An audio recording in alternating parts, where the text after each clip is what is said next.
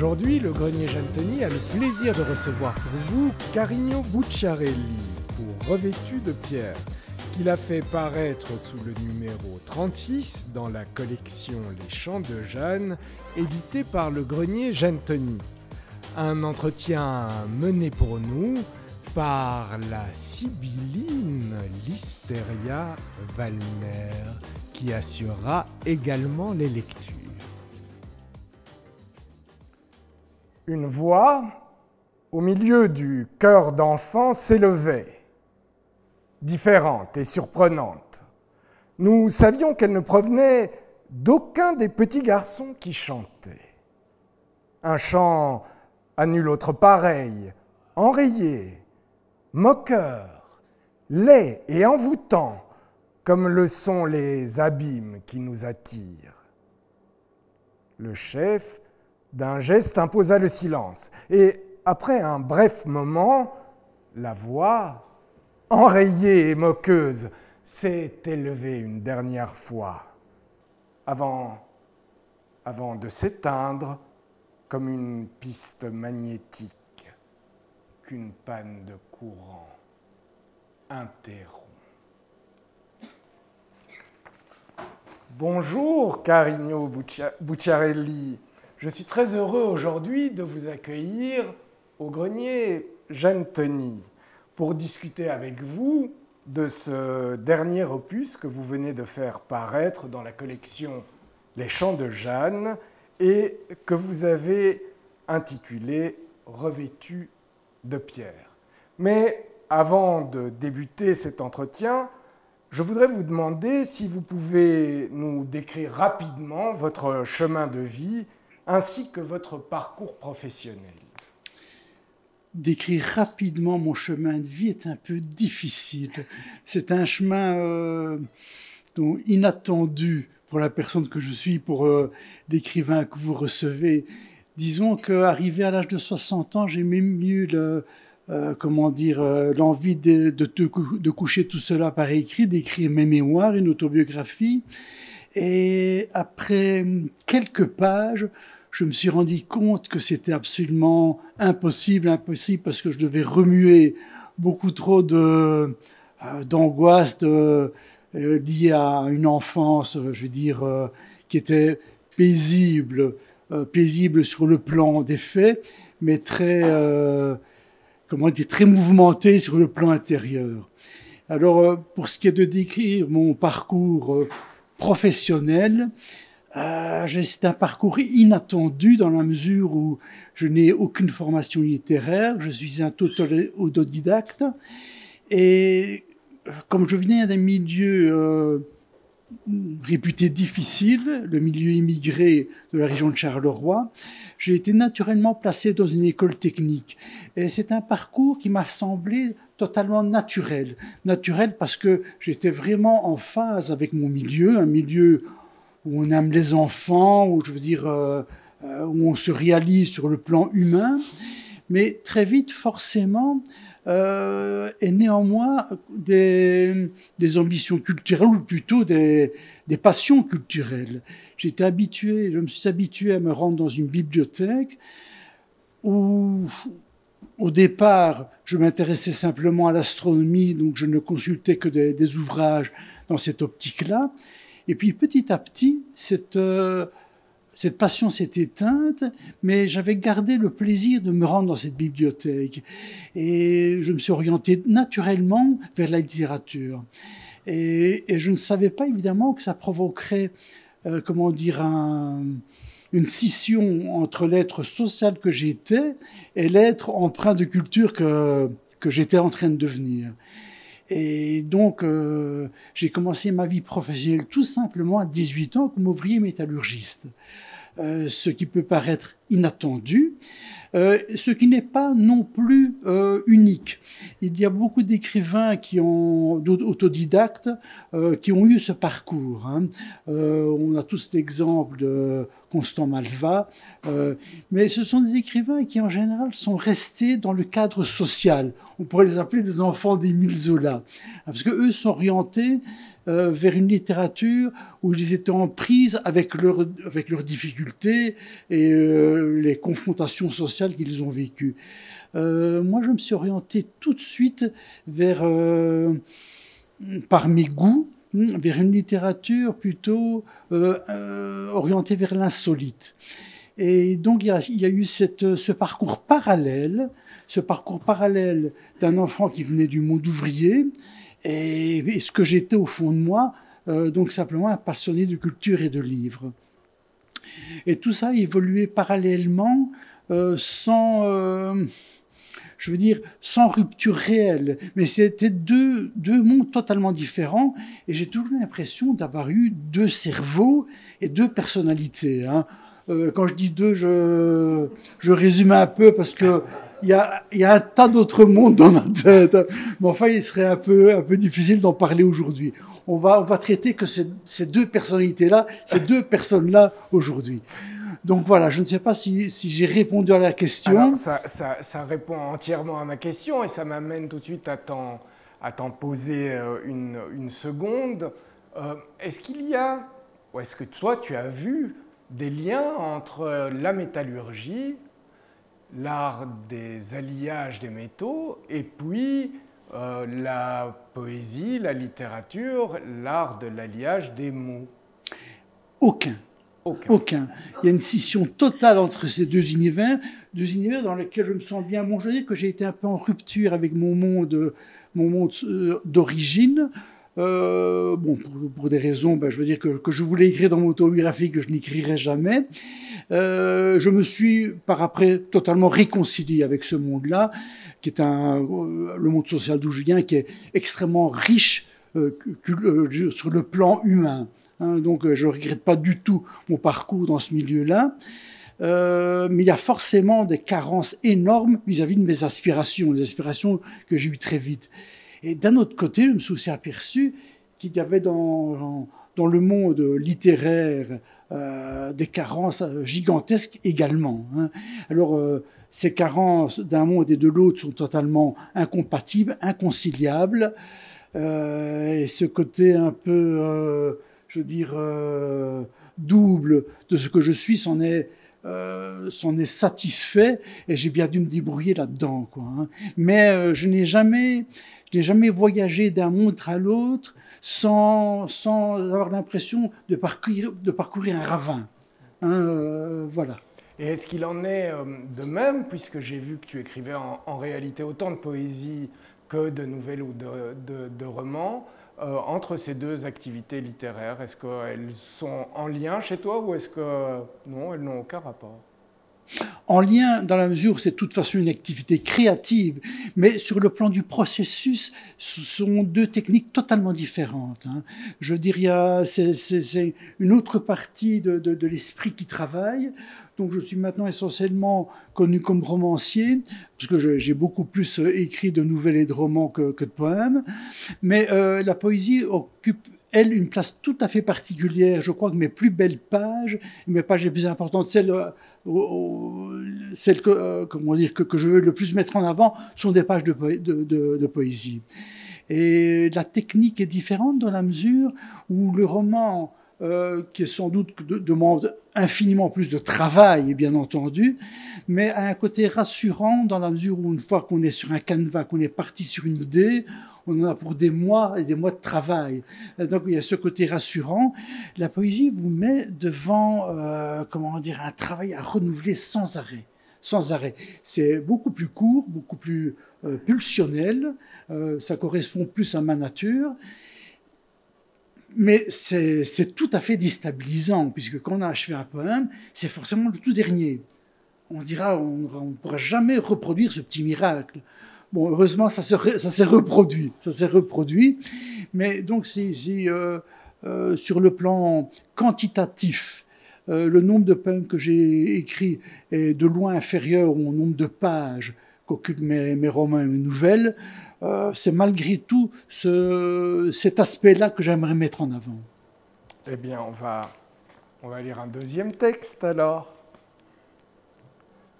Nous étions peu nombreux autour d'une table trop grande, des hommes, des femmes éparpillés dans les années qui nous séparaient, les chaises vides marquant les heures et les espaces. Personne ne prenait la parole, elle était devenue inutile. Les regards suffisaient pour partager ce qui restait à partager. Que reste-t-il? L'absence d'une proche? L'absence d'un lointain? Cela faisait beaucoup autour de la table où les mains ne pouvaient plus se toucher, où les lèvres se tenaient loin des visages. Tu avais donc écrit un dernier recueil de nouvelles entre la nouvelle et la poésie, petite fable destinée au néant que tu avais fait paraître l'an dernier. Et tu nous reviens avec ce petit recueil revêtu de pierre. Est-ce que tu voudrais d'abord nous donner une explication quant au titre que tu as choisi à ce recueil? Le titre qu'on choisit doit présenter le livre, une bonne introduction, et Revêtu de pierre, qui était le début d'un poème, sonnait bien.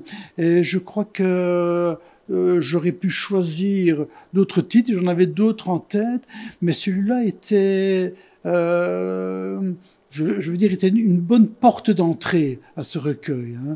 Donc ce que j'écris est relativement sombre, mais de toute manière, je ne me satisfais jamais d'une littérature où il n'y a pas d'humour. Et je crois que forcément tout ce que j'écris, malgré l'aspect, je veux dire, parfois un peu noir, est toujours sauvé par une pointe d'ironie ou d'humour.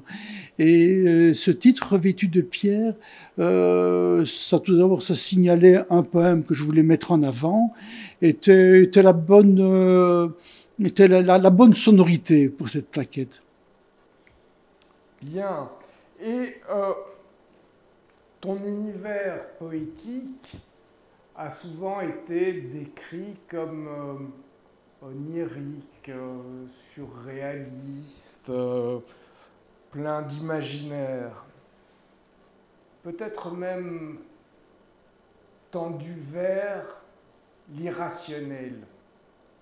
L'irrationnel peut s'écrire, parce que moi je suis un enfant d'immigrés, donc moi il n'y en a pas très bien parlé français, monsieur. Ça peut être lire la colère rationnelle, ou ça peut être la lyre, l'instrument de musique. Oui, quel est le tien d'irrationnel? Ah, c'est en tout cas un mot auquel je tiens beaucoup. Et j'aime bien qu'on fasse référence à ce mot pour décrire, comment dire, quelle est mon œuvre et ce que j'écris.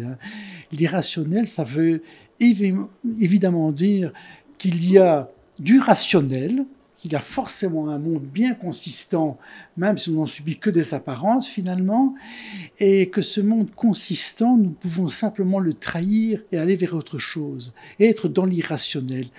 Et finalement, j'ai l'impression que l'irrationnel est parfois plus vrai que ce que nous vivons tous les jours. J'ai parfois l'impression de vivre nos journées comme ça, à partir du lever le matin, ce qu'on va vivre, mais c'est pas ça la vraie vie. C'est pas ça que nous devons vivre. Il y a autre chose, toutes sortes de fantasmagories qui nous attendent. Et puis nous, on passe cette petite vie dans quelque chose de bien réel. Mais je veux dire, non, ça aussi, c'est irrationnel. Pourquoi cette vie? Pourquoi ces journées comme inattendues? Enfin, personne n'a demandé à être là. Notre vie est totalement irrationnelle, irréaliste.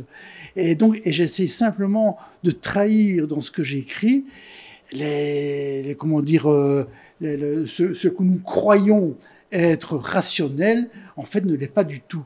D'ailleurs, j'aime bien le terme réalisme magique pour ce que j'écris. Et quelquefois, on y met le mot fantastique. J'aime bien la littérature fantastique, mais ce n'est pas ça. C'est pas du tout ça que je pratique. Dans le fantastique, vous avez quelque chose, d'inattendu qui survient dans le réel. dans ce que j'ai écrit, moi je suis plutôt un enfant de Kafka, donc l'irrationnel fait partie de la vie. Hein, donc mes personnages qui vivent des choses totalement hors normes ne s'en étonnent pas. Hein, donc ils sont pris dans des situations irréalistes, illogiques, mais dans la logique de ce que j'ai écrit, tout naturel, tout tient debout. Donc c'est dans ce sens-là que c'est irrationnel. Donc un irrationnel qui s'inscrit dans une certaine logique. Eh bien, on va en écouter quelques passages. On m'impose le silence et je me suis tu durant plusieurs milliers d'années. Je joue au muet depuis l'aube de l'humanité, alors que tous dans ce bureau sont au courant de la supercherie. Êtes-vous satisfait à présent de me voir emprisonné dans votre administration, où l'on me paye un salaire honteusement élevé afin de s'assurer de ma discrétion?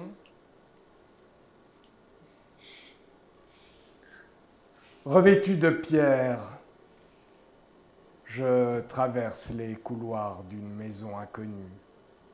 La roche ne pèse d'aucun poids sur ma personne. Il m'est aisé de déambuler dans une demeure où je ne connais aucun des habitants. Je ne croise d'ailleurs personne. Pourtant, je partage brusquement ma table avec un convive habillé de pierre, tout comme moi. Est-il homme ou femme? Moi-même ou une autre personne? Il m'est impossible de le savoir dans cette demeure sans miroir. On ne nous a pas servi de repas. Ah, en avons-nous d'ailleurs besoin, revêtus de schiste comme nous le sommes? Manger reste l'apanage des vivants, des utiles, des affamés. Nous ne sommes rien de tout cela. Oh, je l'ai rencontré dans un bordel pour chimpanzés. Je m'appelais Pénélope et lui n'avait pas de nom. Que peut-on faire en de tels lieux? Baisser les yeux de honte et sortir en se prenant par la main, feignant un geste de distraction. Nous avons agi de cette manière, en bons primates conformistes. Et vous aussi, vous l'auriez fait, car on n'échappe pas à son bonheur. Le ciel bénisse cette rencontre. Notre amour ne mourra jamais. Maintenant, il s'appelle Pénélope, et moi, je n'ai plus de nom. Tu as dit que le mot irrationnel te convenait assez bien, somme toute. Et il y a une expérience de l'irrationnel que tous les êtres humains, je crois, ont, c'est l'expérience du rêve. Alors j'ai deux questions à te poser. La première indiscrète, rêves-tu beaucoup? Si oui, de quoi? La deuxième, peut-être plus logique compte tenu de notre sujet de discussion, est-ce que tes poèmes doivent un peu se lire à la manière de rêve? Je veux dire, peut-être même dans une acception un peu analytique. Il pourrait être lu comme ça, mais je ne les écris pas comme ça. Je les écris comme les seules choses qui peuvent être réalistes, en fait. Hein, j'en ai déjà parlé. Et au sujet des rêves, il se trouve qu'il y a 2 ou 3 ans, Claude Donnet voulait publier quelques poèmes de moi, et je n'avais rien de frais pour lui dans sa collection. Et je me suis souvenu avoir, dans une période de ma vie, noté des rêves, une période lointaine, hein, il y a maintenant à peu près une 30aine d'années, une période assez problématique pour moi, où j'avais fait des rêves assez inquiétants que j'avais notés. Et donc j'ai simplement remis ces rêves au net que je lui ai envoyés. Lui voulait de la poésie, mais enfin c'est tellement proche de mes poèmes en prose que ça lui a convenu. Et ça s'appelle tout simplement 15 rêves, hein, c'est une plaquette avec ces 15 rêves racontés. Et depuis, j'ai la sensation de ne pratiquement plus rêver. On sait bien que scientifiquement, c'est faux, on rêve toutes les nuits. Hein. Mais bon, c'est un problème de mémoire ou d'effacement, je ne sais pas, qui nous convient psychologiquement. Mais j'ai la sensation de ne plus avoir de vrais rêves. Mais il est vrai que le rêve, dans un sens, révèle ce que nous sommes au fond de nous-mêmes. Hein. Et donc... ces rêves donc, que j'avais notés avaient souvent trait au monde animal, alors que c'est un monde qui ne me préoccupe pas spécialement dans la vie de tous les jours. Et il y avait toujours, je veux dire, des sortes de métamorphoses ou de relations tout à fait effrayantes avec les animaux. Voilà. Donc, mais lorsque j'écris, c'est pas par référence à des rêves éventuels. Mais évidemment, cette analogie tient le coup. Hein. Alors, tu as dit tout à l'heure que ton univers était assez sombre, assez noir, et tu posais cette question en disant mais pourquoi cette vie finalement? Je me suis demandé en te lisant si tu ne t'en sortais pas un petit peu comme Anaxagore qui disait dans un célèbre fragment, le fragment 17 pour les connaisseurs, « Les Hellènes ne jugent pas bien du devenir et du périr, car aucune chose ne devient ni ne périt, mais elle se mêle ou se sépare de choses qui sont. » Ainsi, on dirait à bon droit se compose au lieu de devenir et se décomposer au lieu de périr. C'est un peu comme Spinoza que tu cites d'ailleurs. Je vais lire 2 textes et puis tu nous donneras tes explications à ce sujet. Bien. Regardez ce que les années ont fait de moi. Un tas de poussière. Le vent souffle, je m'éparpille dans la maison, je me reconstitue finalement sur les meubles, tandis que des voix lointaines pleurent ma déchéance.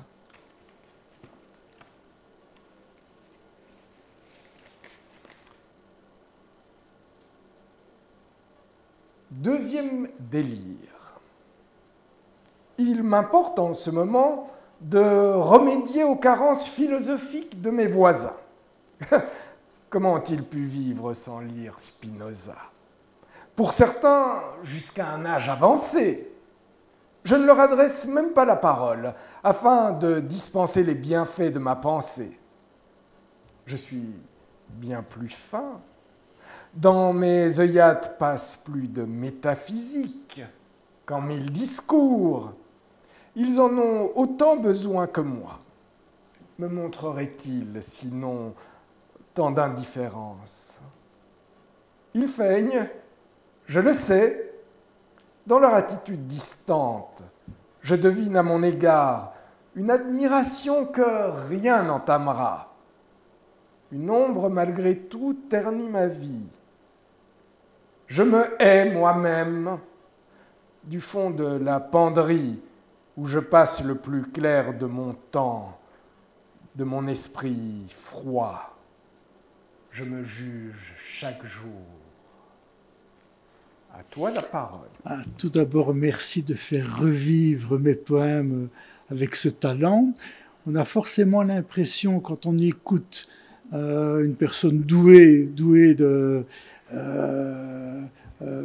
pour les arts de la scène, de redécouvrir des choses que on ne croyait pas avoir mises dans ses propres textes. Hein. Et il y a forcément une interprétation. Hein. Donc, ce n'est pas forcément comme ça que je les ai écrits, que je les entendais en moi-même. Et ici, il y a forcément une richesse supplémentaire. On redécouvre ce qu'on a voulu soi-même écrire.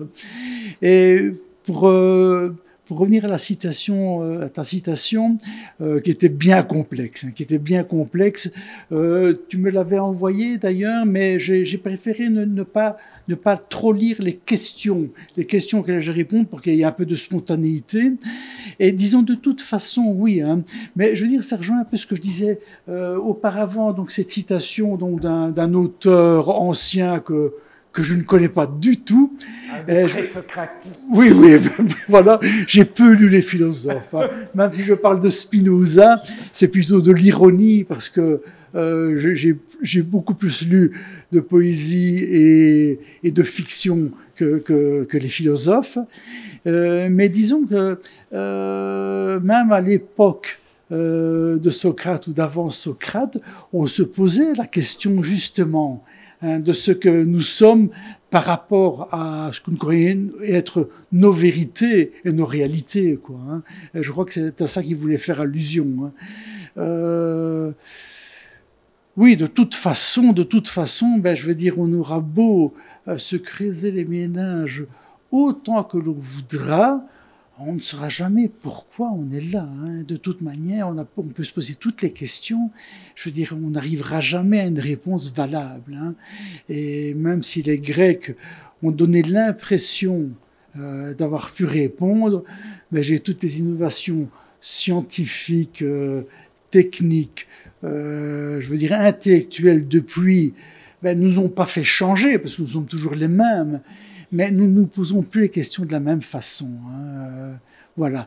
Donc les seuls philosophes que j'ai vraiment lus sont plutôt les philosophes comme Sartre et Camus, donc de l'existentialisme, hein, je veux dire, où je me reconnais, quoi. Hein. Voilà. Okay. Alors, dans ce recueil revêtu de pierre, il est beaucoup question de la mort, du néant, et le titre lui-même bat froid comme une pierre tombale. Est-ce de la mort qu'il convient de se protéger ou des maux? Ah, on ne saura jamais se protéger de l'inéluctable, c'est-à-dire de la mort. Et c'est vrai que c'est un thème récurrent. J'ai forcément des problèmes existentiels, je veux dire... qui resteront irrésolus pour moi comme pour tout un chacun. Donc de toute façon, nous ne pouvons nous battre que contre les mots et les idées, parce que pour le reste, nous sommes le jouet d'un destin que nous n'avons pas choisi et qui de toute façon nous échappera. Nous n'enlèverons rien. Nous n'ajouterons rien. Une araignée remonte la paroi d'une grande falaise. Je pense à toi, Alfred Schnittke. J'écoute in memoriam, maintenant que toi aussi, tu as disparu.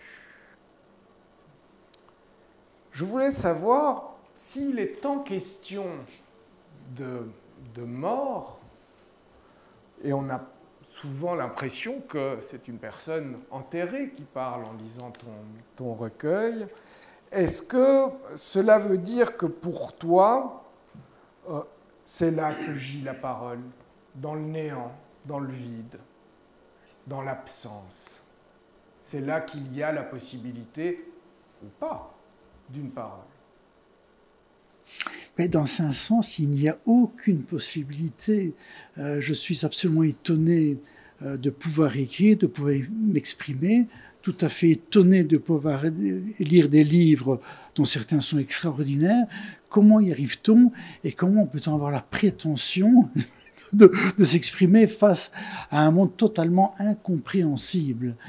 Mais heureusement, nous avons cette grande naïveté de croire qu'on peut résoudre certaines choses en écrivant. Je dirais, même si je sais que ce n'est pas possible, j'ai moi-même la naïveté de pouvoir apporter ma petite pierre, hein, voilà, même si c'est aussi insignifiant que tout ce qui a été fait auparavant.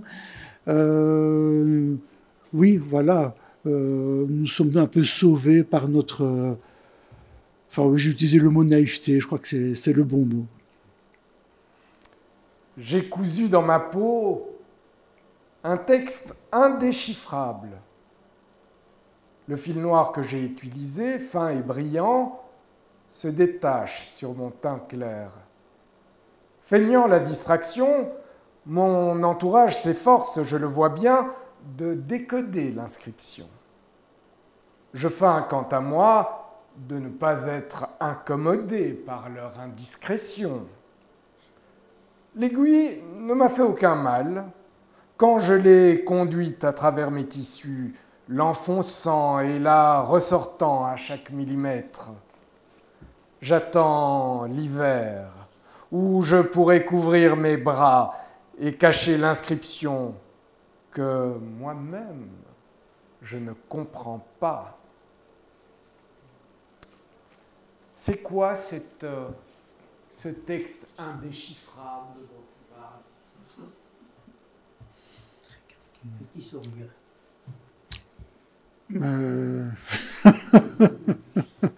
Mais il faut savoir que j'écris d'instinct. Donc il n'y a pas quelque chose de réfléchi dans ma poésie au préalable.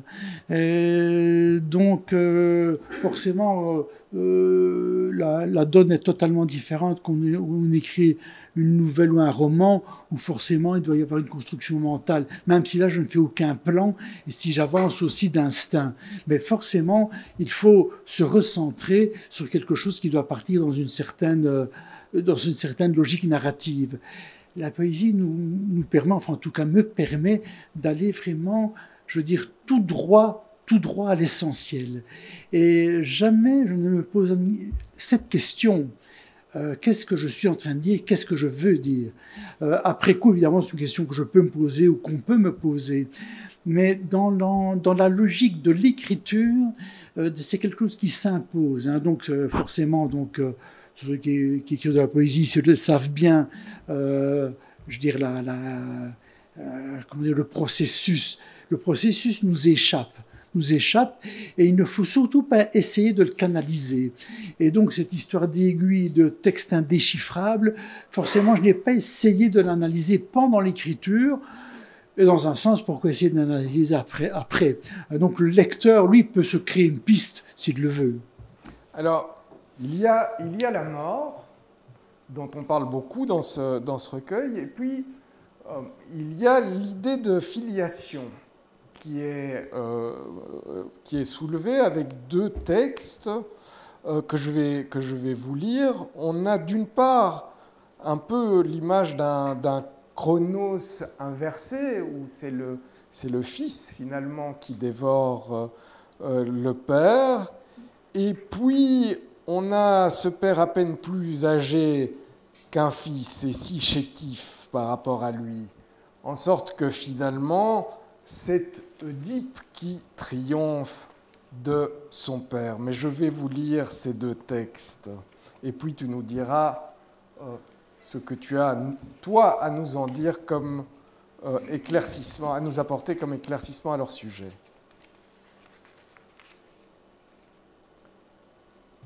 Mon fils, à 7 ans, est devenu un caméléon, aussi vert qu'il avait les yeux noirs.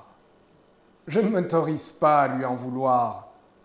Je m'adjure, au contraire, de me réduire à l'état de papillon, afin qu'il me capture d'un vivace mouvement de langue. Mon père fête ses 8 ans. Je dois souffler à sa place les bougies, tant il est faible sur sa chaise trop haute, trop large, trop droite. Sa maigreur fait peur. C'est à peine si j'ose l'appeler papa, de crainte de le faire chuter. Pourtant, j'ai besoin de toi, enfant malingre. Ton visage imberbe provoque je ne sais quelle douleur quand je le regarde du haut de ma stature. Pardonne-moi, Père, la nature m'a fait si fort. et toi si chétif.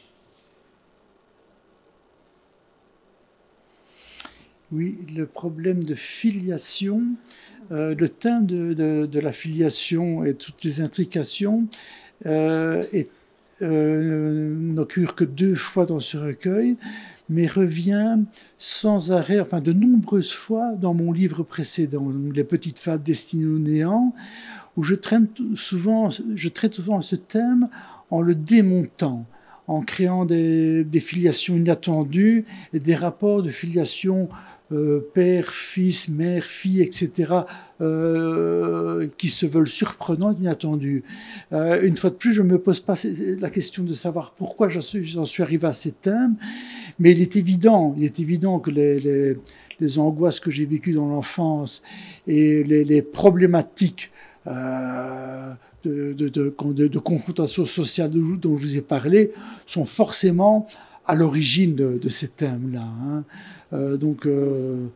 Voilà. Donc,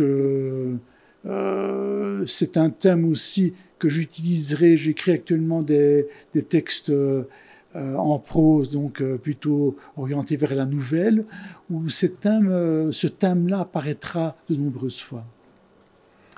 Eh bien, avant de clôturer cet entretien, parce que le temps passe trop vite, on va donner une dernière fois la parole au poète avec ce 4e délire, et puis il te reviendra de conclure. Comment passer sa vie là? Comment traverser? Comment arrêter de marcher? Comment commencer à marcher? Comment choisir une famille? Comment choisir une maison? Comment retourner à la terre? La terre existe-t-elle? La femme au tablier existe-t-elle? Comment séparer sa vie d'avant de sa vie de maintenant? Peut-on attendre dans la non-existence? Le temps s'arrête-t-il? Qui s'arrête? Toi? Moi? Qui continue de vivre? L'illusion dure-t-elle? Vers quel horizon? Où irons-nous demain? Resterons-nous? Comment prendre patience un jour entier? Ira-t-on là où personne ne nous attend? Un tel lieu est-il plausible? Mieux, le plausible est-il plausible? Comment franchir chaque porte? Sont-elles toutes identiques? Sont-elles sourdes? Sont-elles ouvertes? Sont-elles? Ai-je habité là? M'a-t-on donné une enfance? Reconnaît-on un parcours? Reconnaît-on la trace de ses pas? Nos semelles sont-elles gravées sur les chemins de terre? Comment penser dans un sens unique? Comment penser?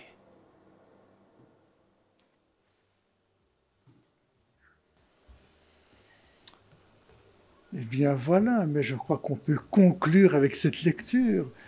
Mais je te remercie encore et je remercie tous les amis du Grenier Jeanne Tony. C'est nous qui te remercions pour cet entretien.